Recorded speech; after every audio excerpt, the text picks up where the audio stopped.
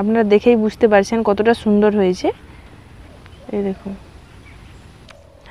নমস্কার বন্ধুরা, village food process চ্যানেলে আপনাদের সবাইকে স্বাগত জানাই। আজকে নিয়ে চলে এসেছি আপনাদের জন্য কাসুন্দি রেসিপি। বাজার থেকে তো আপনারা কাসুন্দি কিনেই থাকেন, কিন্তু বাজারে কাসুন্দির মধ্যে অনেক কেমিক্যাল মেশানো থাকে।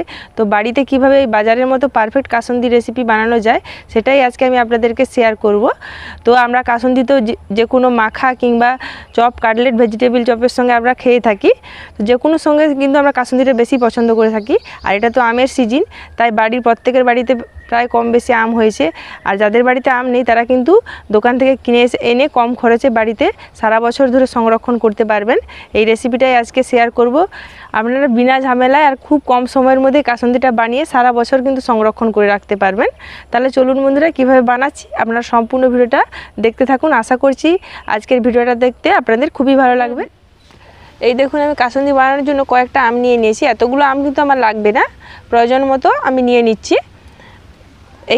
এই আমগুলো কিন্তু খুব একটা আঠি বসেনি, মিডিয়াম আঠি বসেছে। তো এরকম আম নিতে হবে। আমগুলো যেন টক হয়, টক জাতীয় আম কিন্তু কাসুন্দির ক্ষেত্রে ব্যবহার করতে হবে। মিষ্টি আম হলে কিন্তু মোটেও ভালো হবে না কাসুন্দি, প্রথমেই বলে দিচ্ছি আমি। আর আমগুলোকে আমি পরিষ্কার করে প্রথমে ধুয়ে নেব। এই কটা আমি কিন্তু অনেকটাই কাসুন্দি হয়ে যাবে। তো আমগুলোকে আপনাদের সঙ্গে কথা বলতে বলতে পরিষ্কার করে ধুয়ে নিয়েছি। এবার আমি এগুলো ছাড়িয়ে নেব।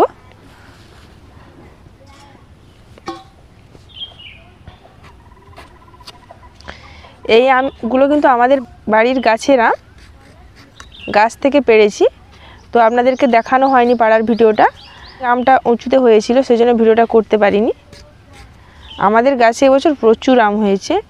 তো প্রত্যেকের গাছে প্রায় কম বেশি কিন্তু আম হয়েছে এবছর। এই আম কাসুন্দির ক্ষেত্রে কিন্তু সবুজ অংশটা কিন্তু তুলে ফেলে দিতে হবে। এভাবে সব আমগুলো কিন্তু আমি ছাড়িয়ে নিচ্ছি।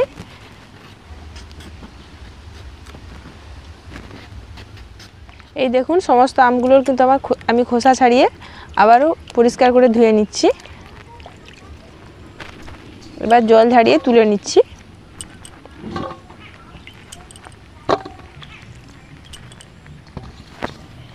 আমি এখানে 5টা নিয়েছি, আপনারা যদি বেশি বানাতে চান বেশি পরিমাণে নেবেন। এই দেখুন, আমি একটা থালা নিয়েছি আর একটা গ্রেটার নিয়েছি। থালার উপরে গ্রেটারটাকে রেখে আমগুলোকে এবার গ্রেট করে নেব। একটু মিহি করে গ্রেট করে নিতে হবে, তাহলে আম কাসুন্দিটা দারুণ দেখতে লাগবে। খুব বেশি কিন্তু মোটা গ্রেটার নেবেন না, মিহি করে হলে কিন্তু ভালো হয়। এই দেখুন কত সুন্দর মিহি মিহি হয়ে যাচ্ছে। এই রকম কাসুন্দির ক্ষেত্রে কিন্তু এই রকম গ্রেট করা আমটা চাই।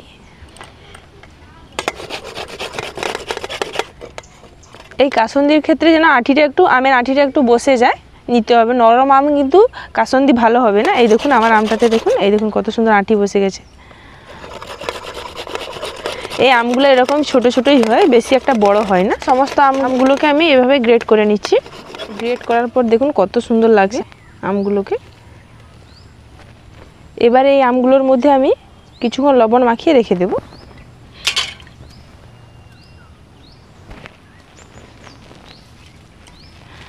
আমটা অনেকটা নরমও হয়ে যাবে, আর লবণ মাখিয়ে দিলে আম থেকে যে জলটাও ছেড়ে যাবে। কাসুন্দি মানে কিন্তু সরিষা।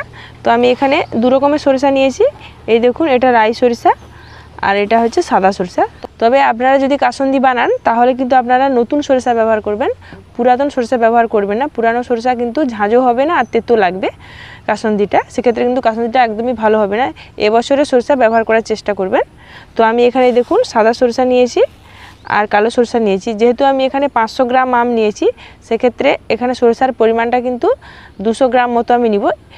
100 গ্রাম সাদা সরিষা আর 100 গ্রাম রাই সরিষা, দুটো সরিষাকে আমি গুঁড়ো করে নেব।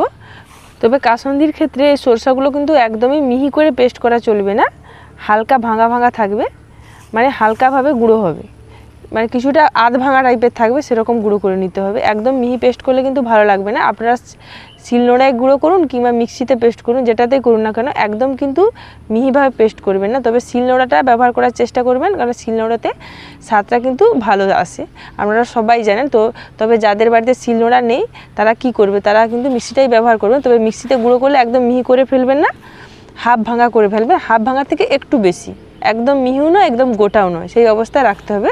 সরষাটা কিন্তু এরকম গুঁড়ো করতে হবে, নাহলে কিন্তু আসল টেস্ট যে কাসুন্দির আসল টেস্ট কিন্তু হবে না। তো এবার এগুলোকে আমি শিলনোড়াতে গুঁড়ো করে নিচ্ছি। এই দেখুন সরষাটা আমি আধ ভাঙা করে গুঁড়ো করে নিয়েছি, একদম মিহি করে কিন্তু আমি পেস্ট করিনি। অনেকে কিন্তু এই সরষার খোসাটা কিন্তু চেলে নেন, চাইলে আপনারা চেলে নিতে পারেন। আমার মতে এই সরষার খোসাটা থাকলে কিন্তু ঝাঁঝ হবে কাসুন্দিটার ক্ষেত্রে। আমি এই সরষার খোসাগুলো কিন্তু চালবো না।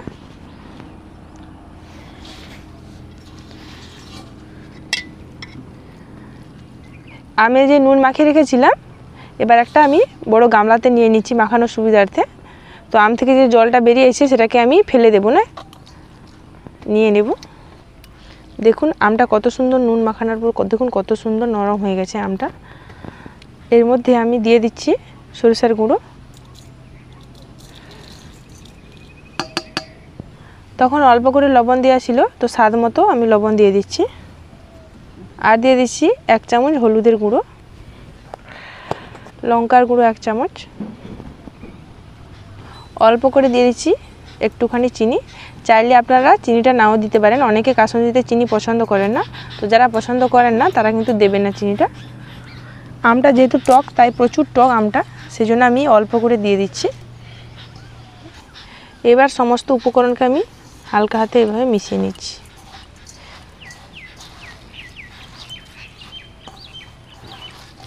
এই দেখুন মাখানোর পর কত সুন্দর কালারটা চেঞ্জ হয়ে গেছে, কত সুন্দর লাগছে দেখুন।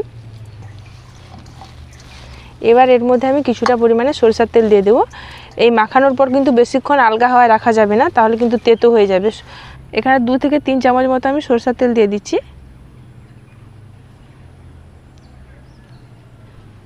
দিয়ে আবারও ভালোভাবে আমি সব কিছুকে মিশিয়ে নেব।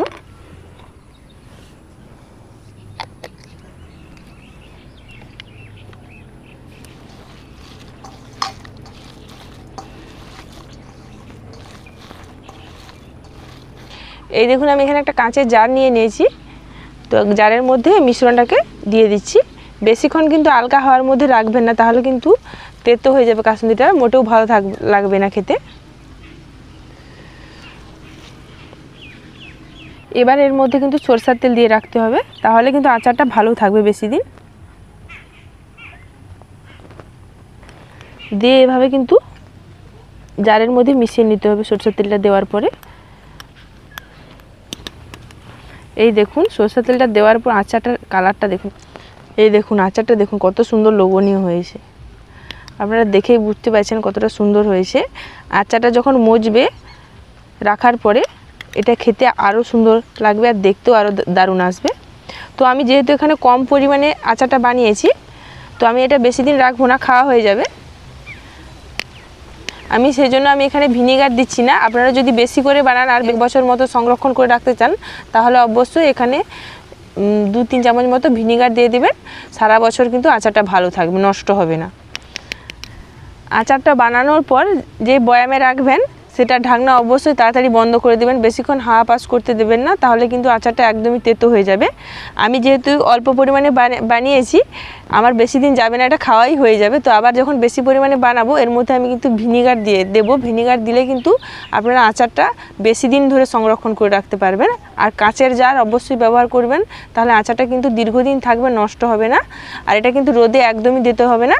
এই যে কাসুন্দিটা, এটা কিন্তু রোদে দেওয়ার কোনো প্রয়োজন নেই, এমনিতে হয়ে যাবে। আর এই যে ঝাঁঝালো যে সরিষা আছে, ঝাঁঝালো যে তেল আছে, এর ঝাঁঝ একটা সম্পূর্ণ আলাদা হবে। পুরো যখন জারটা খুলবেন 2-3 দিন পর দেখবেন কত সুন্দর ঝাঁঝ, আপনি নাক রাখতে পারছেন না, এতটাই ঝাঁঝ হচ্ছে। আর খেতে কিন্তু দারুণ হবে। তো আপনারা চাইলে এরকমই কম সময়ের মধ্যে আর এরকম ঘরোয়া উপকরণ দিয়ে এরকম ঝাঁঝালো কাসুন্দি কিন্তু দোকানের মতো বানিয়ে নিতে পারবেন পারফেক্টভাবে। দেখলেন তো কতটাই কম সময়। আর যাদের হাতে সময় নেই তারা কিন্তু এই কাসুন্দিটা অনায়াসেই কিন্তু অল্প সময়ের মধ্যে বানিয়ে নিতে পারেন। তো আজকে আমার এই কাসুন্দি রেসিপিটা আপনাদের কেমন লাগলো তা আপনারা অবশ্যই কমেন্টে জানাতে ভুলবেন না। আজকের মতো আমি এখানে ভিডিওটা শেষ করছি। ফিরে আসছি আবারও একটা নতুন রেসিপি নিয়ে। আপনারা সবাই ভালো থাকুন, সুস্থ থাকুন, সাবধানে থাকুন। ধন্যবাদ।